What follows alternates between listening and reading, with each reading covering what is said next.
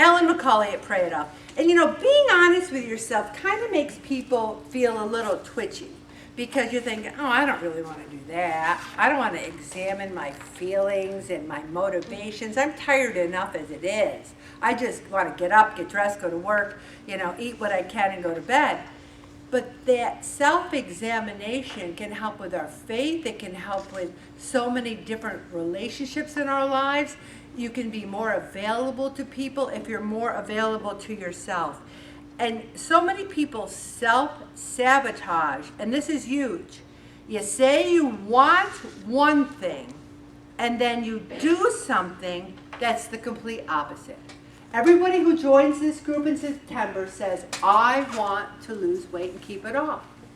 And then you eat pizza.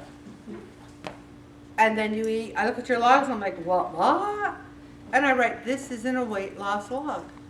You say you want to lose weight, but your actions aren't really following that up. Action is the key. And this is true too. A lot of people enjoy the attention they get from complaining. I try so hard, and what can I do? And everything hurts. How can I exercise? You know? And the thing is, we have to do what we can do. And you don't take criticism well. Who likes criticism? One of the people, I used to manage a whole group of people, and they used to love my criticism because I would say, oh my gosh, you did such an incredibly great job. I absolutely love it. There's just one little thing. And they always say, they were waiting for it, one little thing, waiting for it. And you know, but they liked it and they embraced it and they took the one little thing a little better. You know, everyone, you know, you want to say, honey, I love you. You mean the world to me. But, you know, I wish you wouldn't do X, Y, and Z. You know, it's like, being honest, people can give criticism a lot better than they can take it. And sometimes you get criticism and it's not valid. It is not valid. I remember this one guy said to me, he said, oh, you are the most selfish person I've ever met in my entire life. And I'm like, well, what made you say that? What did I do in a selfish manner? And he goes, I can just tell. I can just tell by looking at you. And I'm like, well, no one's ever said that to me before. And he goes, well, maybe they weren't being honest with you. So I went home and I'm thinking, am I the most selfish person? See, I'm a big reflector. I go home and go, did I do that? Am I like that? Sometimes people are jerks and they say things and it isn't true. Because I really don't think I'm selfish. But honesty can be painful. You know, one time someone said to me, are you really trying to lose weight? I didn't want to hear it, but I wasn't. I wasn't trying. Be vulnerable. And one of the things about being vulnerable is accepting the fact that we aren't perfect, that it's okay to be honest about our imperfections. I'm good at a lot of things, and I'm not good at other things. You know, there's this thing at work where we have to go out and the tech guy said, all they need is a screen and internet. So I said to the place, oh, you've got internet and a screen, you know, let's book it for there. So then the tech guy comes back and he says, do they have an HDMI hardwired port in the wall? I'm like, you said a screen and internet. You didn't say HDMI port. And then all of a sudden it's like, hoo, hoo, hoo. Same with financial planning. When they say, oh, yeah, you have a 401k and you have an 801b and you have a C, D, E, F, G. And I'm like, oh, you know, you're going to be good at certain things and other things not so much. Be honest about that. And picture your future. I don't want to be fat forever. I don't want to keep fighting those battles. I'd like to get to a certain weight and go up at one, down one, up one, down one. Do you notice I said up one, down one? Not up 20, down 20, up 30, down 30, okay? Self-awareness. When you become aware of your own patterns, when you know why you are the way you are, you can finally become honest with yourself. You can be honest with yourself. And you know, about food, being honest about food, our prehistoric ancestors had to eat real food. They had to walk, they had to move, they got sun, they socialized. Today, we have infinite possibilities and we do nothing. we sit on our butts and watch Netflix. So we suffer for that. We have the choice, and that's exactly what it is, a choice.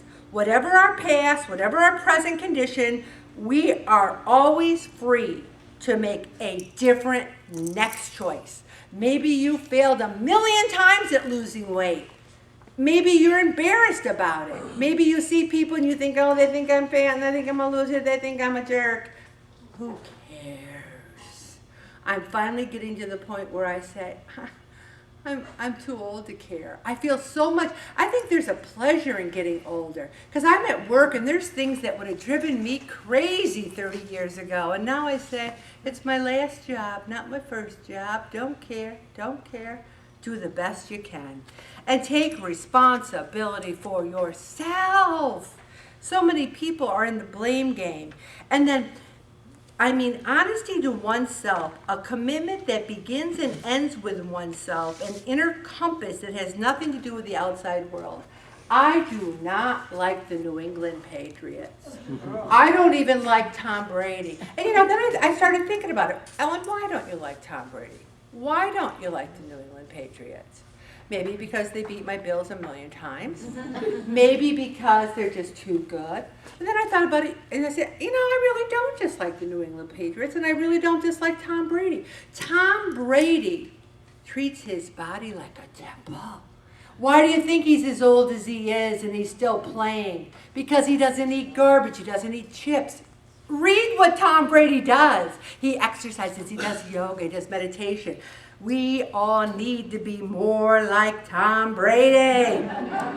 All right, that doesn't mean people with health integrity don't eat a dessert sometimes, but there's no emotional ruse or hand-wringing to it. You own it for the good and bad.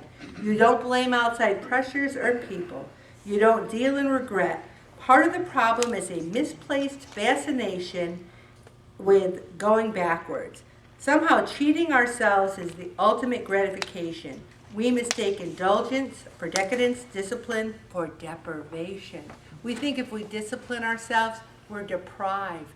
That is not true. Healthy behaviors are assigned the boring moral role in our culture. Being healthy is about hard work, self-sacrifice, but really choosing health is about caring for ourselves in our own journey, taking pride in our health and our appearance. Do you often say you want to lose weight or are trying to lose weight, yet never really seem to get results?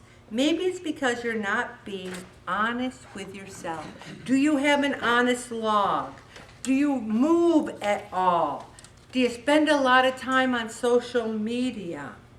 You have to decide what it is you really want.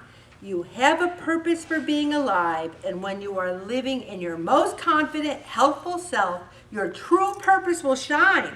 The fact is, we all lie in small ways to keep suiting our lives, but the little lies we tell ourselves every day become a distorted reality, a reality that inhibits us from living our most fulfilling life. And this is the only life we're going to get. This is it, baby. This is it.